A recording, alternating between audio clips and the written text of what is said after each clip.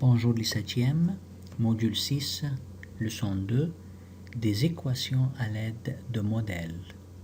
Donc, on dit quoi? On dit que les essais systématiques et la déduction ne sont pas toujours les meilleures façons de résoudre une équation. Donc, comme je vous ai dit la dernière fois, ils sont des questions que peut-être que tu es obligé de le faire, mais c'est pas ou ils ne sont pas les meilleures façons de résoudre une équation. Donc voici un autre exemple que tu peux utiliser une balance à plateau pour modéliser une équation. Donc si je regarde cette équation-là, ça dit quoi? L'équation, ça dit que 20 égale 10 plus 5 plus 5.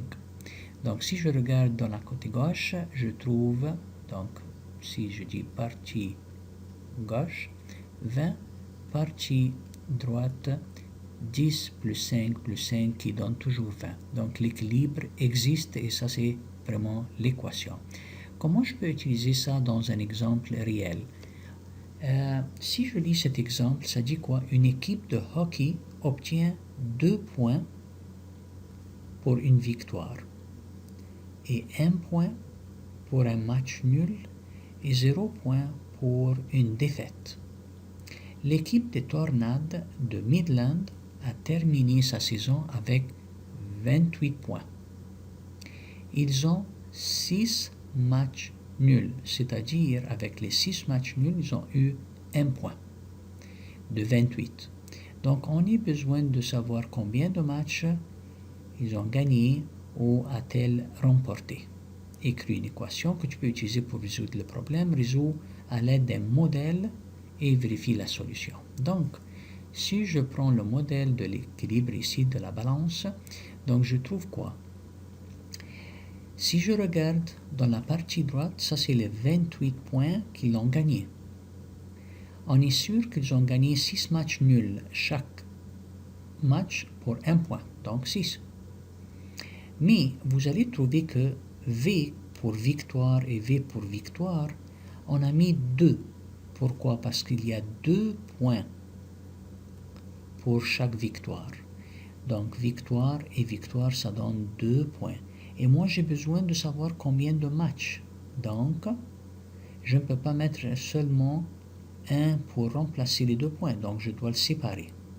Donc, si j'ai quelque chose comme ça, V et V, puis 6, puis 28, comment je peux trouver V?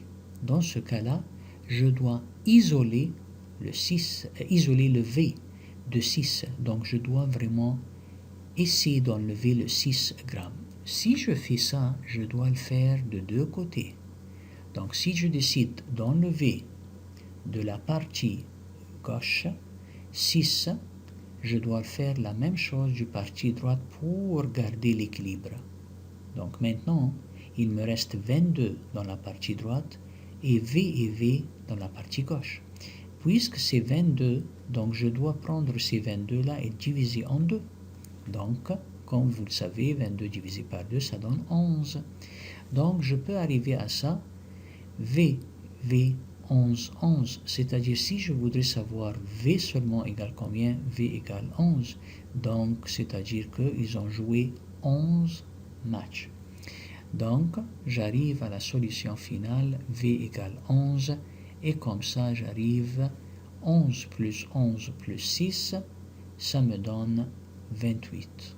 Et ça, c'est la réponse qu'ils ont fait ou gagné 11 matchs. Mais pourquoi 11 et 11? Parce que chaque match, ça vaut à 2 points. Donc, on va essayer de résoudre ce problème-là.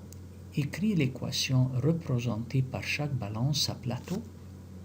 Résous ton équation, désigne des étapes de ton travail. Donc, si j'ai quelque chose comme ça, et ici, je voudrais savoir comment je peux commencer l'équation. Donc, ici, ça me donne x plus 15 égale 20 plus 7. Pour terminer, pour trouver x, je dois isoler x, c'est-à-dire je dois enlever le 15. Mais si je fais ça et j'enlève le 15 du parti gauche, je dois le faire du parti droite. Donc dans ce cas-là, je peux faire x plus 15 et j'enlève le 15. Donc, je dois faire la même chose ici. Du 20, je dois enlever le même 15, puis continuer comme d'habitude, plus 7. Donc, dans la partie gauche, je vais avoir x, mais dans la partie droite, 20 moins 15, ça me donne 5, plus 7. Donc, x égale 12, comme vous avez dit. Donc, ça c'est comment je peux travailler avec la façon des balances à plateau. Deuxième, j'ai 2x plus 11 égale 15 plus 10. Donc, pour isoler 2x, je dois enlever le 11. Je dois enlever ici 11. Mais si je décide d'enlever 11, je dois enlever 11 du 15. Donc, dans ce cas-là, je l'écris de cette façon-là. Dans la partie gauche, 2x plus 11. Et j'enlève cet 11 pour isoler 2x. Dans ce cas-là, ce que je fais à la partie gauche, je dois le faire à la partie droite. Donc, 15, je dois enlever le 11. Puis, laisser tous les autres nombres comme ils sont. Donc, dans la partie gauche, j'arrive à quoi? J'enlève le 11. Du 15, j'enlève le 11, c'est-à-dire j'arrive à 4. 4 plus 10 égale 14. Donc, s'il y a x ici et 14 ici, donc chaque x, ça vaut à 7. Donc, 7 et 7, ça me donne le 14.